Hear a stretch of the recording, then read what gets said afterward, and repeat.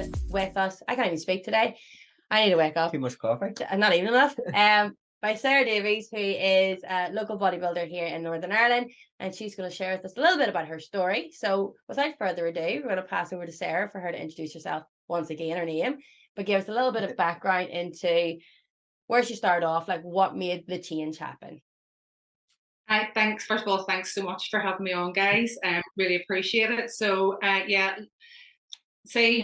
still get embarrassed saying I'm a bodybuilder because I'm very new to all this. So I really only started training as such in 2018 and then did my first competition in 2019. But prior to that, I'd always done something, but was more a cardio bunny, or would have done something for a month or two and then not stuck to it. So this is the one thing that has really hit home. It's the only thing that's worked, because typical woman, I have done every diet known to mankind, starved myself, beat my body up, punished myself, and now I'm in a place where it's just night and day from what I did before. So there's quite a few things that I've been through in my life, and the most recent one has been having to struggle with the menopause as well. So I'm obviously a lady of a certain age, but started early menopause at 42. So I've had that to sort of battle with as well. So it's been a bit of a journey getting to where we are now. Absolutely. That there in itself is a minefield before you even talk about the bodybuilding. Can we just delve into the menopause for a wee second before we get into the grips of the bodybuilding? I've heard on a previous podcast that you had said that when you turned 30, that was like you felt you were disgusting and you weren't good enough. Was that the time when you decided to make the change, or was that just a feeling that you had that you didn't explore any further? I think it was just where I was feeling at that point in my life. I didn't actually start to make any changes until really into my 40s, whenever everything started coming together. In my 30s, everyone was getting married. Everyone was getting married, having babies, settling down. I was just living the single party girl life, and that was my coping mechanism. So from I was 10 or 11 years old, I struggled really bad with depression and anxiety. Without going into what caused that, it's been something that I really battled with all my life.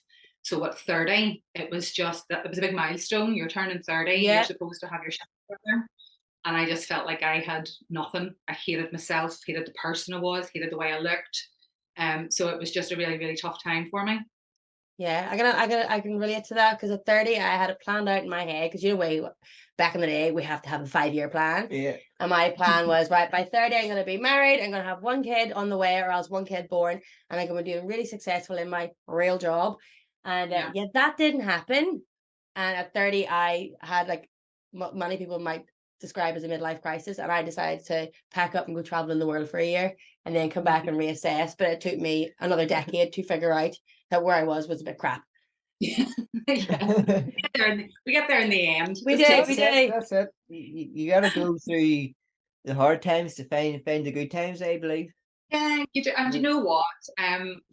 Shit happens. Nobody is sort of brought up in a life like the Waltons. We've all got something that's happened to us. There's a bit of darkness, I believe, in everybody. Yeah. It's what makes you who you are, and you just have to accept it and move on. That's it. So you said that in your 30s all your friends are getting married. You are now married, so you finally jumped onto that, Lana. Can you, because I just thought it was a hilarious story, so I have to get that talked about. Can you tell me how you met your husband? Because I love the phrases that you used in that other podcast I listened to. And I just I have to listen to this one. At the time, I was working for an IT company and managed a lot of engineers that would have been out and fixed desktops and servers and stuff. So they had used to bring in contractors, and without any disrespect to IT contractors, they're a certain type. So we took on a new guy, and he walked in through the door, and I thought, oh, hello. Hello. How you doing? At the time, I was with someone at the time, and that's a bit rough. I was with a really, really lovely fella, but it was it's a case of I was settling for someone who I knew wouldn't hurt me, because I'd been hurt so much. Yeah. He was not the love of my life, and I really shouldn't have been with him because it wasn't fair on him. He just wasn't there. It wasn't there. It was just, it was an easy option. But Cliff came in, and we all sort of mooned over him a bit, and would never have crossed my mind that there was anything there. He was just out of a long-term relationship as well, and it was very much supposed to be a short-term contract for him. So one of the girls that worked along with us had got married to an Egyptian guy down in Mayo the year before, and they were having like their official wedding party at the house, and we'd all been invited to go. So at the time, I had I'd said to the person I was with that we'd been invited to this do, and he said, no, I can't make it. I need a wee bit of a farm at the time. I'll be doing silage. I can't come. Sure, I'll drive up straight after, do the silage and pick you up. And I thought, no bloody way you're driving up into a wedding garden party and all your gear after the farm to pick me up. I'll stay overnight in Bangor. So off I went. And at the time, I had this thing about eating in front of people. And looking back, I probably had some disordered eating around myself. But mainly it was because I couldn't stand the thought of sitting beside someone who was eating noisily. Oh, no, I hate that. Couldn't do it. So I just thought, you know what? I'll just go with my handbag of happiness. What's your handbag of happiness? The handbag of happiness is, the boxes of wine that you get. Oh, yeah. It's like 3 liters of wine. It's not a good idea on an empty stomach. So I get lashed into the handbag of happiness. And next thing you know, Cliff and I were sat in the wall having a chat, and I literally just threw myself at him. Ended up back at his house for a bit of a party, and then woke up the next morning and thought, what have you done? The guilt really, really got me. Drove home, and because I was actually living with this other guy at the time, and literally just said, look, this isn't working. I've done something I shouldn't have done.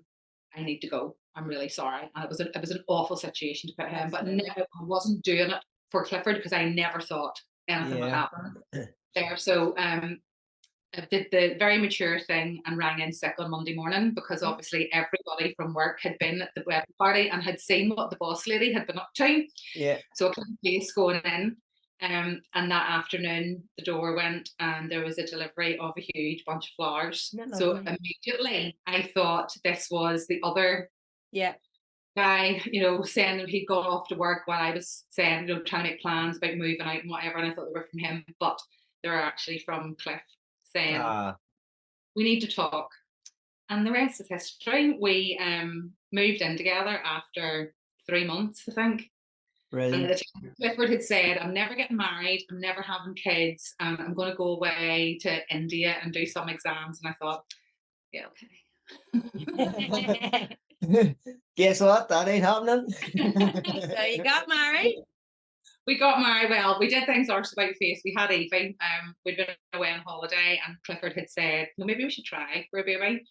So we tried for 18 months and we were getting nowhere. So the week that we actually had an appointment at the fertility unit, I was pregnant. So that was unreal. Perfect, brilliant. So it doesn't mean that the journey up until that point isn't any less harrowing, because trying for a baby isn't as easy as people think. No. And you know what it was? Because I wasn't even 40 at this stage, and they were classing me as an older mum. It's just taking time, but it all worked out. So we had Evie, and then whenever she was about 2.5, we then got married. Lovely. Was she wee flower girl and stuff? She was, yeah. She was the most tantrumous little girl on the day, but you know what? That's it. Don't talk to me about tantrums. 24 hours ago, I was, in a dark place. So we've only been blessed with the one. We did try for a second child, but I'd say if it doesn't happen by the time I'm 40. Yeah, well, you've got your wee blessing and your wee angel, so you have, so, Brilliant. And you know what? Whenever I look back at it now, you could probably see, because then I really started noticing the menopausal symptoms when I was 42. They had probably already started to kick in, so that was obviously going against me as well. Yeah, and we'll talk about the menopausal symptoms. We've talked about this briefly on other guests as well, and it's one of those things that everyone is only now starting to talk about it because it's becoming to the public domain. Davina McCall is talking about it. There's a number of other people who are very prevalent on social media, and there's lots more books out there for people to read. But the diagnosis of menopause is extremely hard to get. Right. 2 years, I thought. 2 years. 2 years. There's a history of thyroid issues on my mum's side of the family. And then because I have a history of depression, whenever I went in, they just kept offering me antidepressants. And I was like, no. Trying to push it under the table. No, just kept on, and I literally had every symptom under the sun. If it was on the list, I Yeah. had it. I was waking up in the mornings bleeding on my chest and my forearms because my skin Was was itchy. so itchy. And then during the day you can distract yourself, but at night you're taking your hot flush in the middle of the night, so you're sweating. That makes your skin itchy even more. So I was scratching away myself, and my entire chest would have just been raw. So I And don't that know hurts. how That many stings. appointments I had That with a stings. GP. Yeah, I'll get into the shower the next morning and it is just horrific. Just battling with them all the time. And the issue is that GPs don't actually have to get, or at that time, the menopause wasn't part of their training. It was an Right. add-on that they could do if they wanted. So, Yeah. they just kept saying, you're too young, you're too young. And it was only one day where I had went in, and I think he was actually fearful for his life, because I was literally across the desk and said, I am not leaving here until you do a blood test. You've spent all this money testing me for thyroid every other time I'm in. Why will you not just test me Mm. and test my hormones and see what's going on? So he sort of sniggered a bit and went, well, okay, then get it done. It'll take about a week. So that was the Wednesday.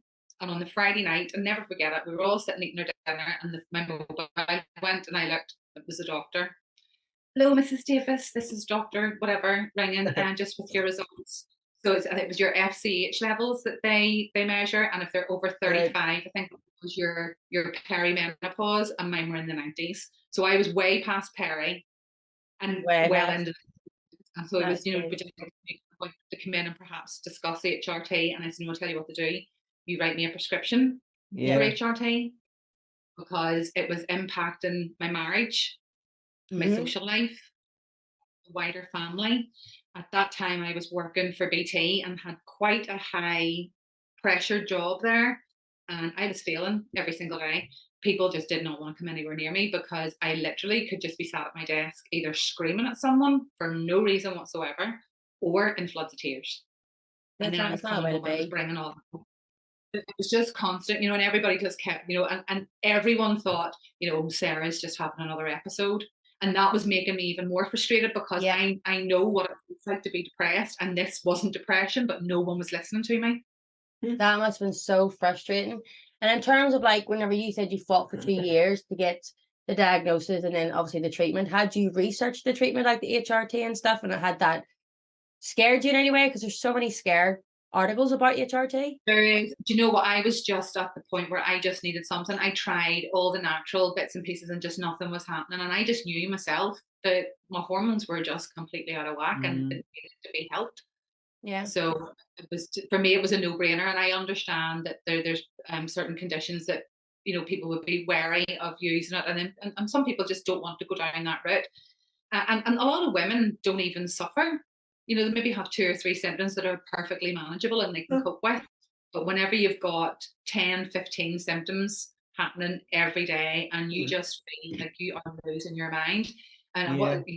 brain fog, you're not able to concentrate on anything, the mood swings are just all over the place. I absolutely hated myself. I'm sure And at some point you probably thought you were bipolar because you didn't know what the hell was going on. well, and do you know what? Fair play to Clifford.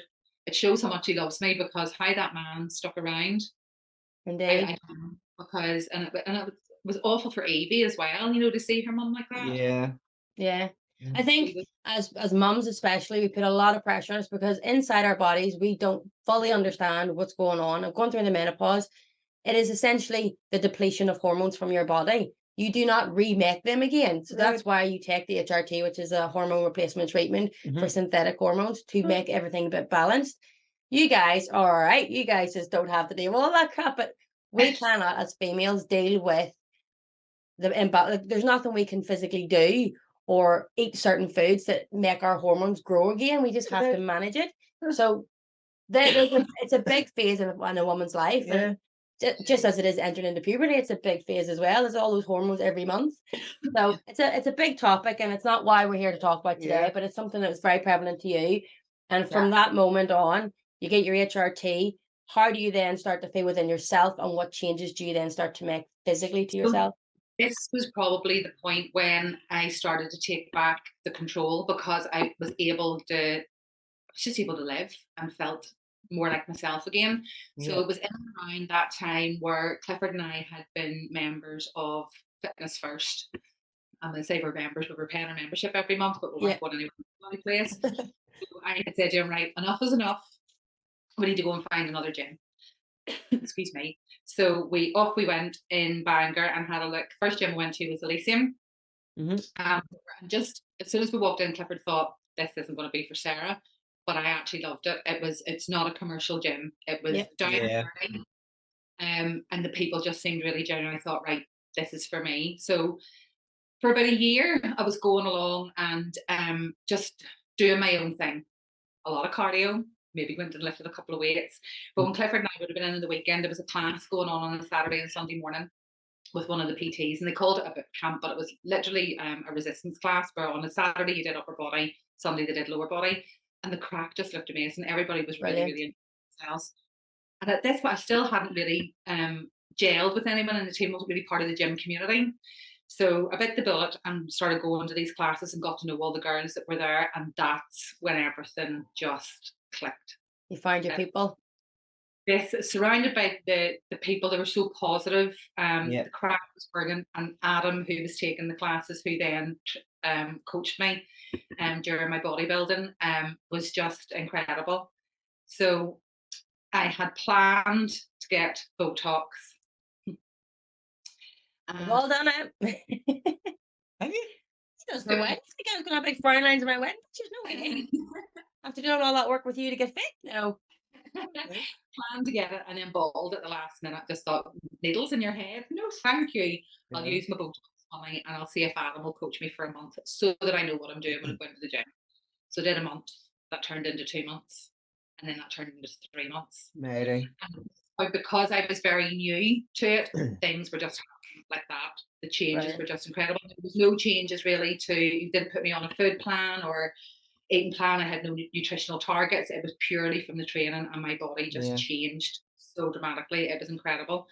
And at one of the Saturday morning classes, one of the girls in passing said, "You should do a wee show." Don't you just hate that when they sow those seeds? And the next time I was in with Adam, he said, "What about such and such saying about doing the show?" And I was like, "Yeah, Adam." He says, "You should." Like, there's no way I am getting on a stage in a pair of heels and backside hanging out to have people judge my body whenever I've had body issues. I was like, no. Yep. It was planted in my head. And I was like, do you know what? Let's do it. We'll have a go. Brilliant. December 2018, we made the decision we were going to do it. So January then I started prepping. And the plan was to do BMBF for my first show. But the month before that, NABA was also on. Yeah. So I thought, you know what? Have the bikini. Let's do the two. So obviously NABA's not a tested competition. Yeah. So went along with do you know, I had no expectations for any of the shows, but when you're getting up there potentially against people who may have had some sort of assistance, you know you're not going to do anything.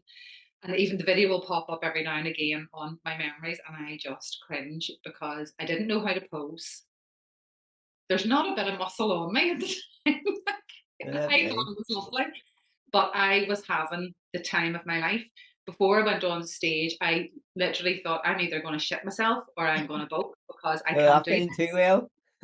But you're okay when you're in the lineup with the other girls. Whenever they say you come out and do and it's like a proper routine for NABA, and I'm not a dancer unless I've a handbag of happiness in me.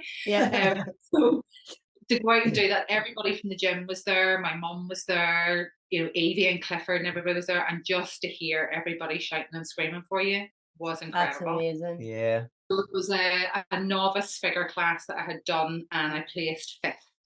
So I was just delighted. I think it was like 8 or 9 of us in the lineup. So I was just top 5, first time, brilliant. You know, I was buzzing, you know, from doing it. And then that sort of lit the spark then for doing BMBF. So when I did it in the June, I placed 2nd in the qualifiers and got invited to go to the finals in Perth. So this was like, what is going on? Like, I have literally 2018, I've barely lifted a weight. I'm getting invited to the British final. Yeah. So went across to the British finals just thinking, do you know what? This is just an experience. I'm just going to go and enjoy it for what it is. And I placed 3rd, Brilliant. an invite to go to the Worlds. So at this, I was like, this is What's going on? utterly, utterly insane. Now, financially, I couldn't have gone to the Worlds, so we just packed it in. But it was just such an incredible experience, and that was it. It was just like this is now me. This is my thing. I found Yeah. something that I really, really enjoy, and I must be quite good at it. Yeah. Oh, definitely. You're just a natural at it. Yeah. I didn't actually realize that was you on the front of the recent Yeah. BNBF competition Oh poster. yes, I'm a And I poster. was like, "That's it," because you tell me that before. There's me sitting looking at her, going, "Wow, she's great," not realize it was actually you. Get autograph. So obviously the plan was to compete the following year, but then we got hit with that owl flu thing that was going around. Aye. It was knocked in the head. So last year, 2022 was the first opportunity. There were shows the sort of the year before, but nobody had really been training properly, the gyms and everything. So I just left it to No. this year. So Belfast qualifiers, I took the bigger first place and the overall for Belfast, which was just nuts. And then when I went across to the finals this year, didn't do so well. I placed fourth this year, but the girls were just Yeah, still top 4 in Britain. That's they're an something achievement. else, absolutely Yeah. something else. So we're now a year out to grow and be a big girl for 2024. So I am literally just eating like a breastfeeding baby every 2 hours. That's what I said. Like, with your condition and stuff, I would dread to see what you bring to the stage. After you're growing and stuff, it's going to be phenomenal. So it'll be.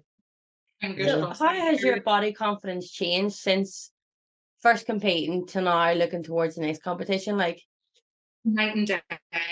Do you know, I'm not going to lie and say that there's not days where I don't wake up and go, oof, I don't like the look of that, particularly at the moment because I'm in off season and I'm Yeah. trying to put on weight purposely. It's a difficult place to be, but I see my body now for what it's capable of yeah, rather than just what it looks like. And that Yeah. sounds probably a bit strange considering I'm a bodybuilder, which is it's an aesthetic sport and you're judged on how you look. But in order to get to that stage, I've got to go through all these other changes. And I just really, really appreciate what my body can do. And it's just incredible. I mean, for a year, I have nothing up top. And then whenever I diet, there's really nothing there. And I'd always sort of been like, oh, if only if I had boobs, I had boobs. And now I just like, I really don't care. I've got great pecs whenever I'm training. That means more to me. I'd rather, just focus on all that positive stuff rather than picking holes in myself, which I yeah, would Yeah. have constantly. For years, I would have sat down anytime I went to mum's house. I would have first sat in the sofa and put a cushion over my stomach. yeah. Always had my stomach. Now it's a body. It gave me that gets me through everything I need to do on a day-to-day basis and allows me to put a shit ton of work in at the gym. Yeah. And what does Class. Clifford and Evie think of you and what you do? Clifford just does as he's told.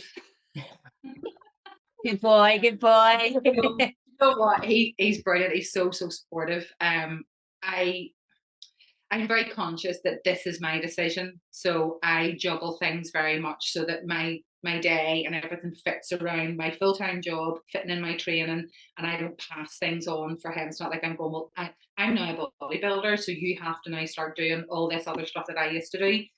So I'm a bit sort of militant when it comes to planning everything. Yeah. So he hasn't really. There's no bad feeling or anything there. He loves it. He knows I've got a real passion for it. I always would have wondered whether I was embarrassing Evie. So she'll be 14 in August. So whenever I started doing this, she was 2018, 5 years, 8, 9. Whenever I started Yeah. doing this, is she going to be absolutely mortified? And she would always say, "Why tell people in school that you're a bodybuilder and the boys don't believe me?" And I was like, "Do you really say anything about that, or are you just going cringe, my mum in her bikini?" But when we were at the qualifiers in June, you have the judges' table on the front row, and Yeah. my mum, brother, Clifford, Evie, all the family had booked the seats on the front row either side of the judges. So they were the people I could see whenever I was on stage. Yeah. And Evie's face was just beaming. Brilliant. And whenever you go, you arrive at the venue, you don't see anybody for the entire day. You're backstage. You No. don't. So she was WhatsApping me every time I'd been on stage, going, "You're amazing. I think you're the best one up there. Your routine's fantastic. I'm so proud of you." Brilliant. Whenever they announced that I had got the overall, I looked down at her and the tears were streaming down. I think I was Oh, crying. bless. She was in tears, and I just thought, that's not put on, that's not fake. Yeah. She's Yeah, really proud of me for what I'm doing. And that just meant so much, because the last thing I would want to do is be an embarrassment to her. absolutely. Because well, from your childhood, I don't know all the details and stuff, and I'm not going to ask you to delve into it. But with you've suffered with anxiety and depression from a young age, you've carried all that weight in your shoulders, so you know you don't want to pass it on to your own kids. So that's on you. I'm so conscious of that. Yeah, it's just crazy, but it's. But Evie, like, does she play sport or do anything? No, Evie's a little bit of an emo gothy type thing. So she's into I keep calling it dressing up, but you're not allowed to call it dressing up. Cosplay. What's Yeah. it called? Cosplay. Cosplay. I've Literally, never heard of Goth. this. yeah. So Is she's that a into, goth thing? Is it? Aye. Right, I have a lot to learn. Oh, what do you say when the kids get older? Japanese anime and stuff like that. So Yeah. she dresses as characters from these Japanese anime things. So that's her. That's her jam. Brilliant. Excellent. So after you've competed and you're now training for 2024, goodness, it's hard to say it's 2024, isn't it? It's mad.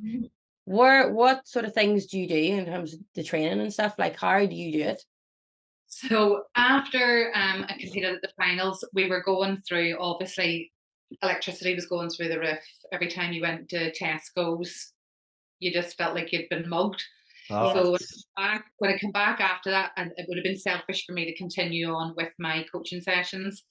So I had said to Adam, who had been training me all the whole way through, that I was going to have to knock the PT in on the head. I was going to fly solo for a while until after Christmas. Now, at that point, he was talking about trying to open up his own gym, and Yep. he's like CrossFit and functional fitness type things. yeah.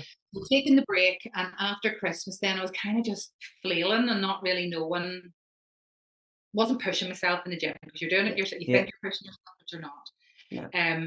I had my 50th coming up, so I didn't want to put on too much weight to get into the dress for the 50th. Yeah. But I wanted to make progress. So there was a girl who I had met at the finals in 2019 called Grace Jones. And whenever I'd seen her on the stage, I just thought, wow, what a figure. And I'd started following her on Instagram.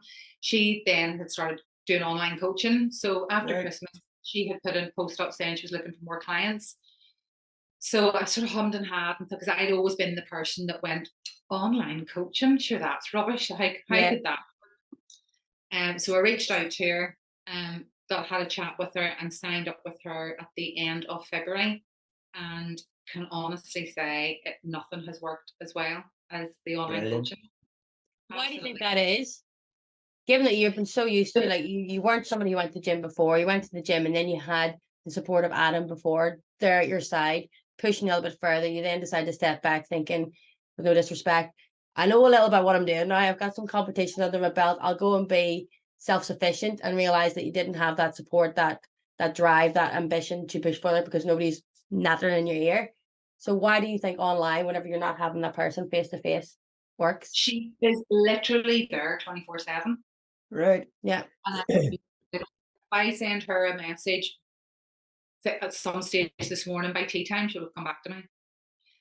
I send videos of my sessions, and she picks apart, like, you think you're good at doing something, and she will pick it apart to make it, even if it's just that 1% better. Yeah.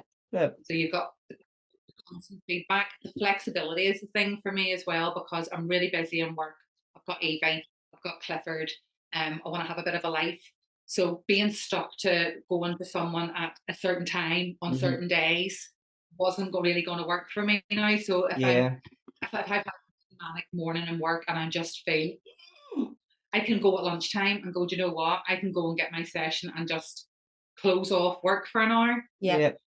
Or if I've had it's busy, I can go at 8 o'clock at night, or I can go at 6 o'clock at night. I'm not tied to a specific time. Yeah. The thing with Grace as well is she has done a lot of generations that I want to do. Yeah, And she's a figure competitor, so Yeah. she knows the look that they're looking for. She could see that's the it. parts of me that needed to be brought up that I needed to work on.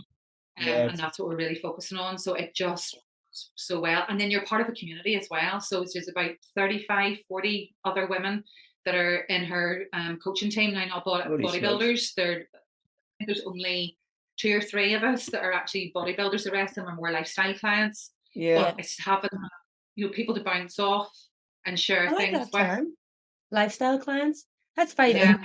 boho chic, isn't it? Or what's the word? What's that fancy word everyone keeps talking You know, about?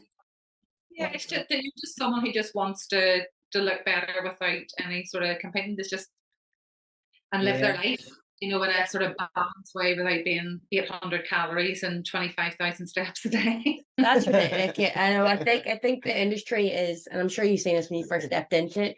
It's very geared towards cutting down your calories, which is great for obviously the deficit to get rid of the body fat.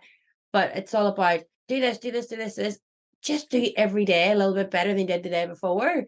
And in terms of the online training, I'm glad that you said everything that you said, because as a coach, I also do online. People go, no, I need someone to be there face to face. The reality is, I'm engaged with you for that entire hour. Yeah, Not the entire hour, probably about 95% of it, because the other time I'm thinking about what's ahead and what's next. Yeah. But we have the conversation during the meeting, and then we'll have a couple of texts during the week. But I don't see, like, I'll correct you there and then. But whenever I have someone send me a video, I can pause it, think about it, look at it, and then circle it, go away, think about how I'm going to respond to it, because you always got to respond in a certain way and give that encouragement, and then go back. And so many people went, thank you for doing that. It took them a while to do the videos because they're not confident in front of the camera or the mirror. But once they got into that routine, it's not about what you look like, it's about the way your body looks in terms of its shape and position. So And the yes, thing is, I find online, I'm more engaged with my clients online because I'm constantly checking in and checking on their yeah, workouts. and the thing is, from a client perspective as well, I have got all the voice notes on WhatsApp on my phone from any of the movements that I've been doing. So yeah. when I go in, today's Friday, yeah. So tonight, there's a couple of adjustments I needed to make on a glute drive. So I will listen back to what she said to me on last week's video and be able to implement that. Whereas someone has just told you something, when you go back into the gym the next time, you're not going to remember what it is you said, but I've got it all there.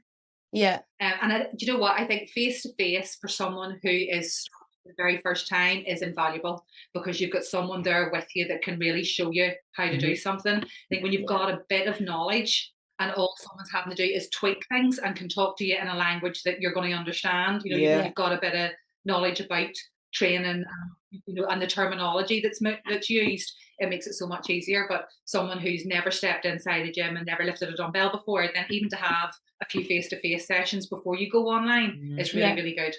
No, and I do like meeting the clients, because you can get a better feel for where they are in a mental capacity, not just physical, because that you figure that out pretty quickly when you've been working in the industry for a while. But just to figure out where people are at and how they hold themselves, how they talk, and how they shy away or how they be an extrovert.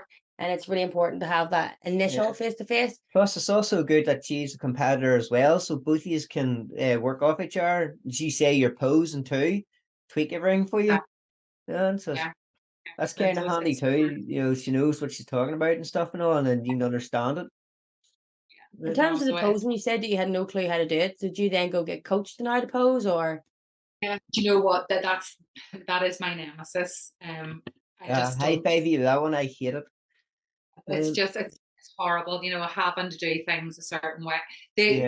Just to stand there and run through poses is fine. I can do that. It's when you have to do this routine thing.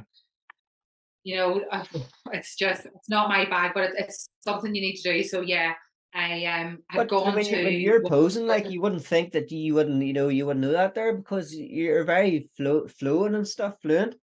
And I almost feel like I'm so awkward. So I do, but again, that'll just come. That's it. Well, but yeah, I've been to a couple of different posing coaches now, and yeah, I need to get back in. I'd said I was going to do it the whole way through my off season, and I need to get back into that again and just start working on it. Whenever I'm not in the best shape of my life. Hard to get into the routine, especially off season too. You're like, I'll do it some other day, and you don't want to look at yourself in off season. And you know what? That's the most important time to be doing it. Really, is in the off season. You can really think that gives you a bit more of a body acceptance as well, Yeah. because you got Also to find in got off to get season because you've more carbs in you, you feel more fuller, you enjoy your posing a bit more, I think, because oh you yeah feel it.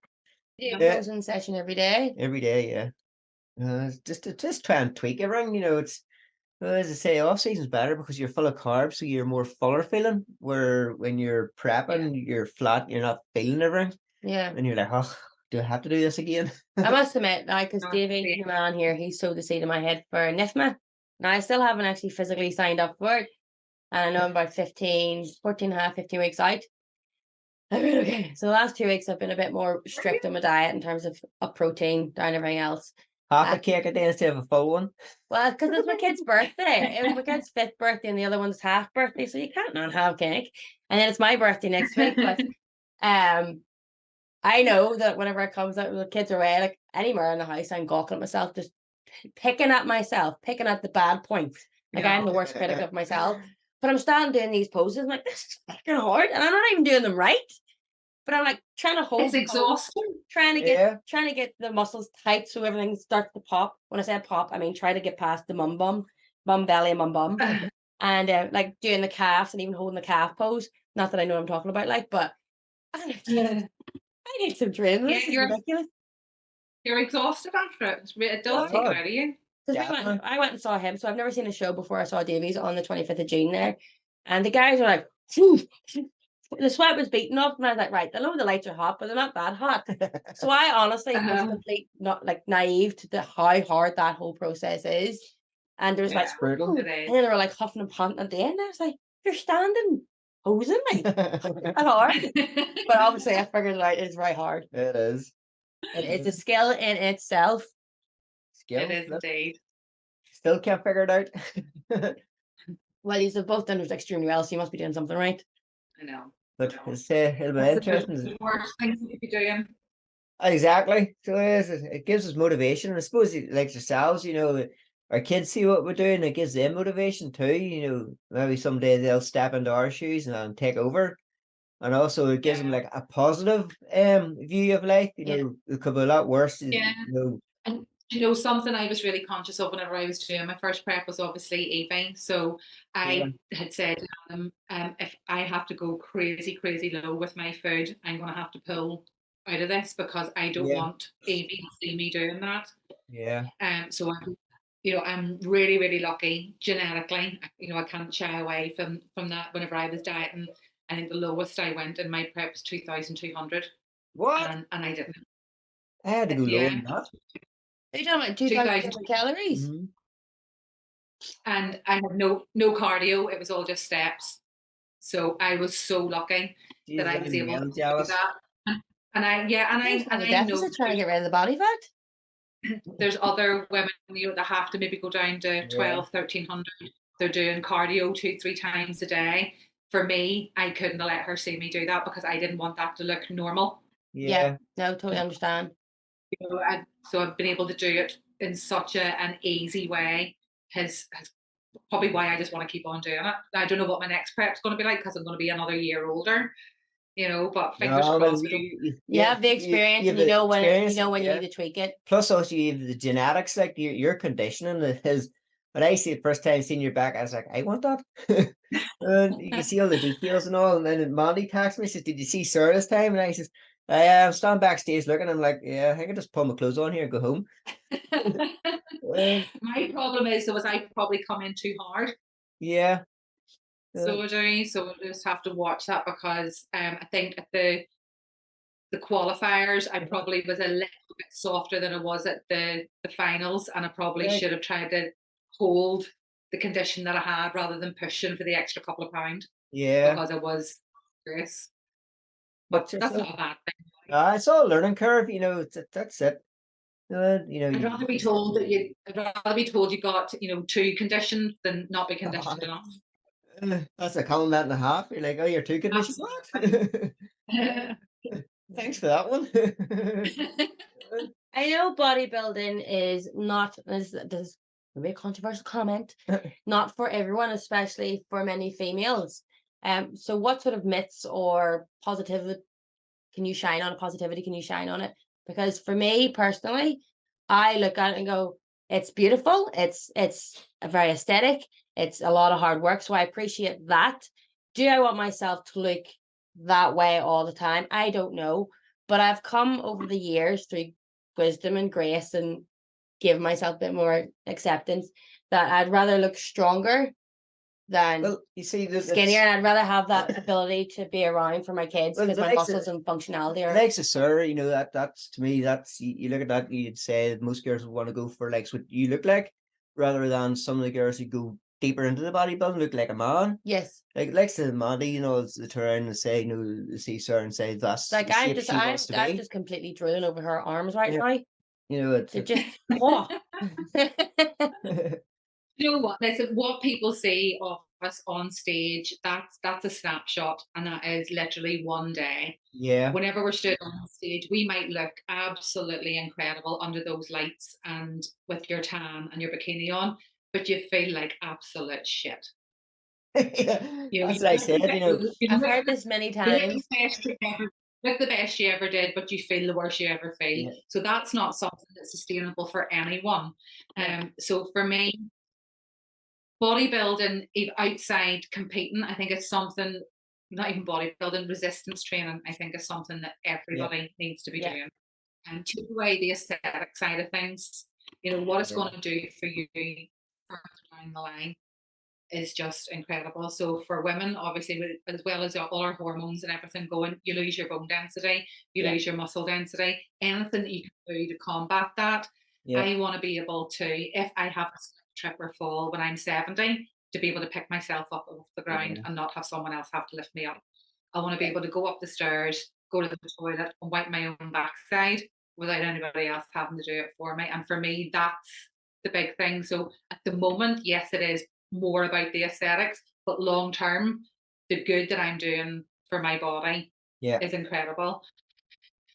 Women who say, well, I'm not going to go and lift weights because I don't want to look like a man, or I don't want to get too muscly 3 times a week is going to have you looking too muscly. Then you must yeah. have incredible genetics because I work my ass off Uh, and it's hard work trying to get it on. So, you know, it's to go in there and do something. It doesn't have to be standing with a barbell on your back doing heavy squats, but do something resistance wise, and it's really going to benefit you in the long term. exactly. I have to like jump on that one because obviously with the classes I take, I'm more like cardio and hit programs and stuff. That's just classes in the gym. And then I've been doing my own sort of home workouts at home, things that I would show to clients online. That people like those hit programs. People like to feel like they're sweating and getting up Mhm. a sweat to make them feel as if they've actually done a workout. I should now be going into my phase 3 of it to demonstrate it to people online, but I've stopped it for a few weeks to now just concentrate on me doing resistance work.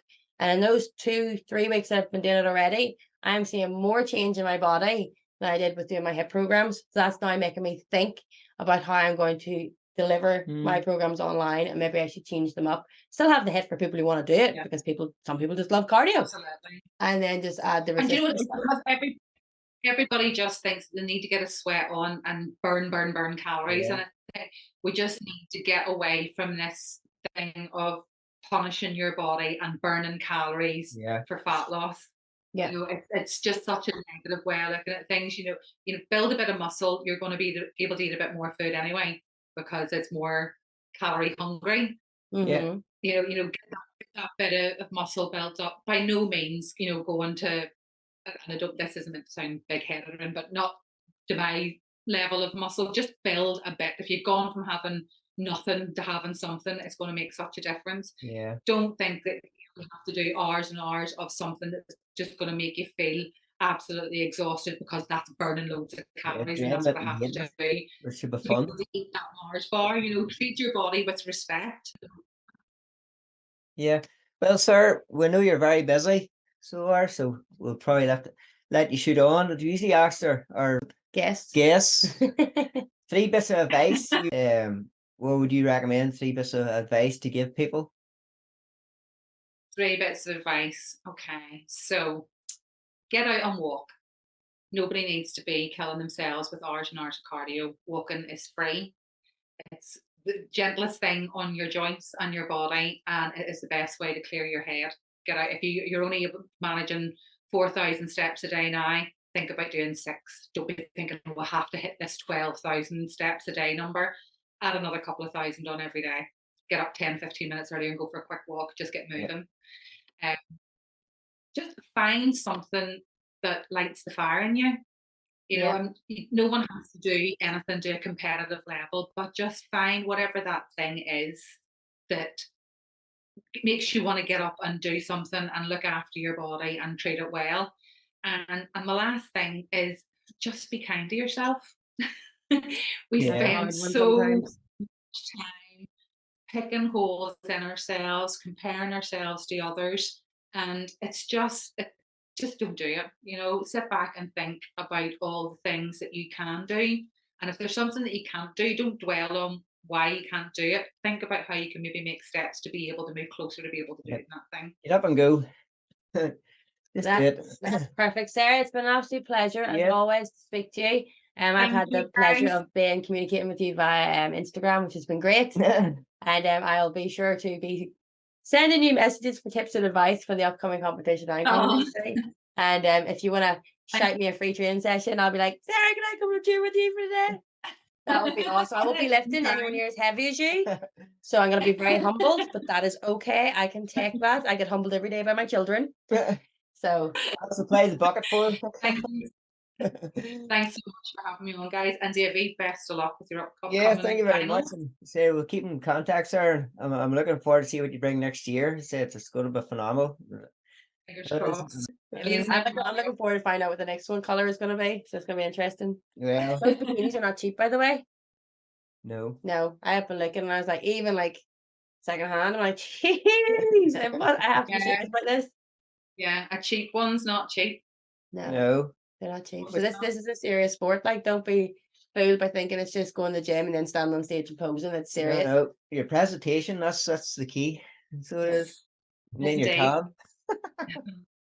Thanks very much for having me, guys. Yes, sir. Thank you very much. Take it easy. Have a great day. Bye.